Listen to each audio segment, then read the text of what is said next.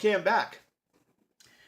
This is part three of, I don't know how long the series is going to be. It's all in response and in regard to my original video that I recorded entitled Living Stealth in a Self-Storage Unit Not. A gentleman sent me a list of questions that he wanted me to answer. I could answer as many or as few as I wanted. So instead of leaving them in the comment section below, he had so many questions that he emailed me the questions. So I'm answering these one by one, and I'm up to question 13. So, like I said, this is part three of the series. Whether there's a part four, I don't know. Let's see how fast I can get through this. To your knowledge, did they ever dumpster dive and store what they found in their units? He's talking about customers. We actually encourage dumpster diving. It's not against the rules. Our dumpster is emptied once a week. There are so many, we have auctions, we have people who abandon their units, we have people who get evicted, we have people who just leave stuff in hallways that they're either too tired to take or have no room for them where they're moving, for whatever reason, they just leave things around. So they all go, if we don't want them, they all go to the dumpster. So yes, we encourage dumpster diving and picking. That's not a problem. At the second center I worked at, we had a reuse section. So we would put a lot of the furniture and things that it was in really good condition that people could use in their homes in that section. So anybody coming by say, oh, what a beautiful bureau. I'll take that. You know what, a recliner? Cool. So the dumpster would fill up quickly. So dumpster diving and picking, no problem. Yes, we had people who did that. Let's see. Sorry about that. There should be a little glitch here, and that's because the battery on my phone died. So I'm going to try to get through this quickly so it doesn't happen again. I'm only at 50% right now. The next question is, did anyone ever fight in their storage units? A physical altercation in their storage unit or at their storage unit? No, not that I'm aware of. There have been verbal altercations, many of them. I mean, it happens all the time. There are times when people are screaming and swearing and everything, and then after the fact, when I go over and calm them down and tell them, you know, that you can't be doing that, they apologize and they mention how stressful, you know, their life has been and this and that. And it's like, I completely understand. So, you know, there are people who are being evicted from their homes and have to store their goods. There are people who are moving out of state, and it's like they've got to get all this stuff in there that day because the next morning they're out of here. And, you know, boyfriends getting kicked out of their apartments by their girlfriends. And, you know, there's a whole, you know, grandma just died and we've got to move all her stuff in here, and they're dealing with the grief of losing a family member.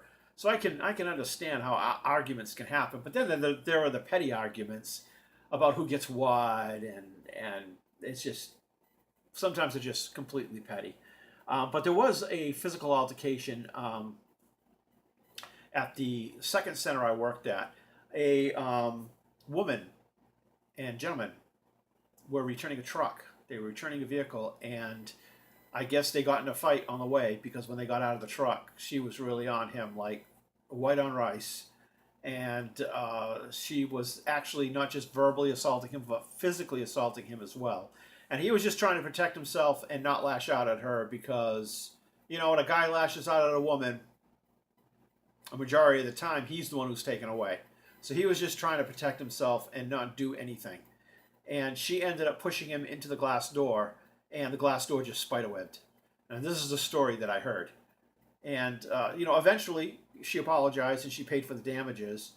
But yes, there was a physical altercation. I mean, this all happened when I was in the storage area, and I'm like, why didn't anybody call me? But the verbal altercations, all the time. All the time. And we couldn't allow that to happen because there are other customers involved, and you don't know how that verbal argument is going to escalate. So whenever you heard something like that, you kind of like paid attention and you waited to see if it was going to die down or get worse. Because if it got worse, then you had to go address the situation. You really did. And like I said in another one of my videos, I'm a peacemaker. So I just have this gift that God's given me that I'm able to go and quell a situation and calm somebody down. So I basically would go and let them know that what's going on here, and I would try to calm the situation, let them know, this is a business. You can't be acting like this here, and there are other customers here that are being affected by this argument, and you really need to tone it down. I understand what's going on, and then I would kind of say whatever I needed to say to calm them down, but not actually get involved in what they were discussing. So um, yeah, you had to take care of that. And there was another situation. It's kind of comical the way my general manager responded to it, but I heard an argument going on outside. This was when I was at the first facility, the one with the 4 floors, and I heard an argument going on outside.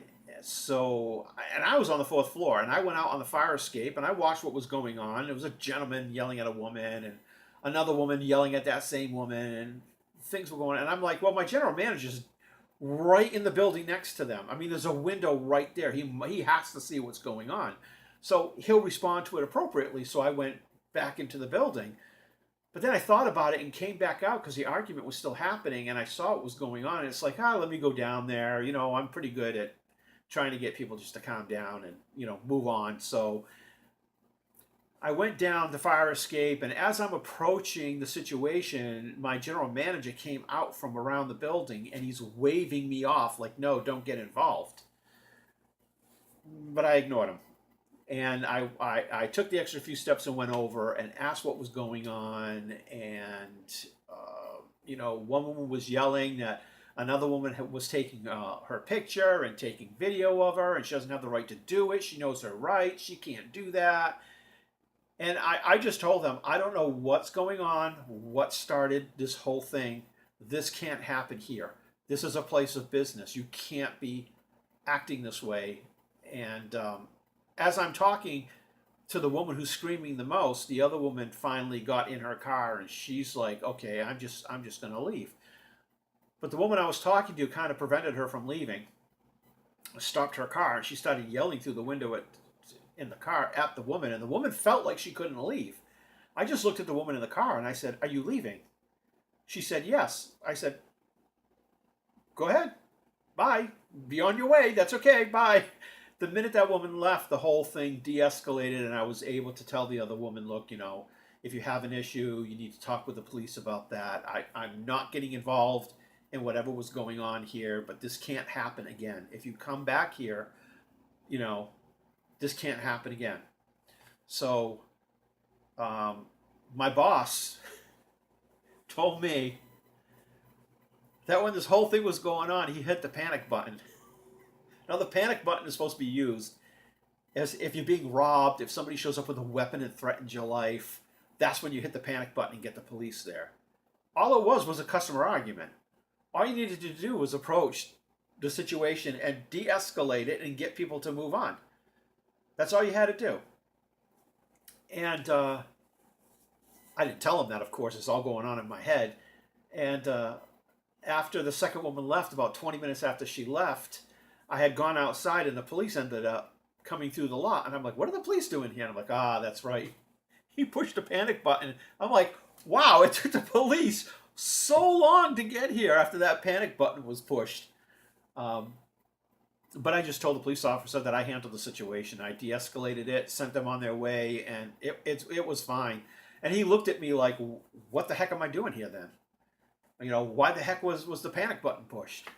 But my ex general manager wasn't one, I guess, to be confrontational and to take care of situations like that. He'd rather press the panic button and let the police take care of it. So I don't know. Different people handle things in different ways. So I guess that's that. I hope I answered this question because I can't remember everything I just said. Phone died again, so I'm going to try this one more time. How did you initially react to someone living in their unit? Were you polite or angry? Did you show sympathy or were you stern? Anything along those lines. And how did the manager or owner respond? Would they get angry or did they feel sympathy but knew they had to evict them anyway? Well, of course, we all feel sympathy and empathy towards the person. I particularly feel empathy towards that individual because I've been homeless before, so I can express empathy towards them. But this question makes it sound like you can't show sympathy and empathy but still be stern. You can't have both qualities together, but you can. I can have sympathy and empathy towards the person living in that unit and feel bad for the fact that they have to go through what they've gone through and feel that it's necessary for them to live in that unit because they have no place else to go. But I can also be assertive in letting them know that they're violating their lease agreement, and that can't happen. It just can't happen. No ifs, ands, or buts about it. I know that you're having a difficult time right now, but that doesn't give you permission or the right to just wipe out your agreement with the company and do what you feel like doing. It's just not the way it is. We have a company to run, and the safety and well-being of the employees and the other customers is of the utmost importance to us. And if you've got one customer doing something like this who could be putting other customers or staff in jeopardy, then you have to deal with it. You just can't let it slide because if something else happens down the road, now you're responsible for letting it slide in the first place. As far as management is concerned, I've worked under four managers. I worked under four managers in the 5 years that I was working for that company, and each of them would respond to that type of violation in a different way.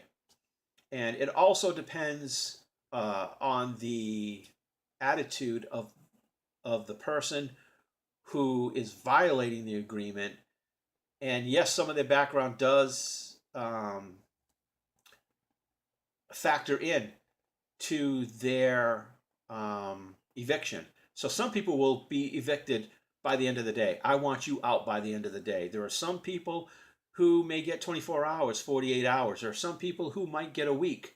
There have been people who got 30 days. So it all depends. It's not, I don't know if it's written in stone how much you need to, how much of a, how many days you need to give them.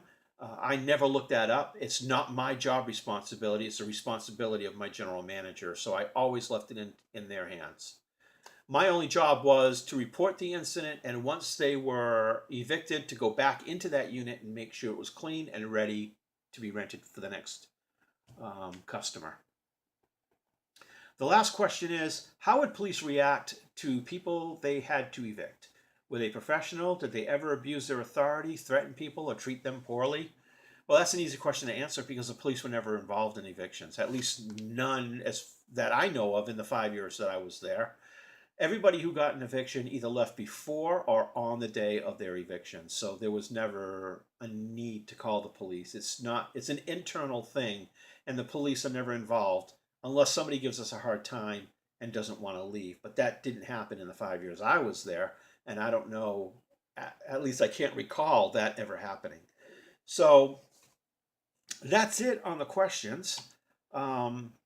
If anybody else has questions, please leave them below in the comments below, or in the comments below any of the other videos in this series, and I'll be glad to answer them.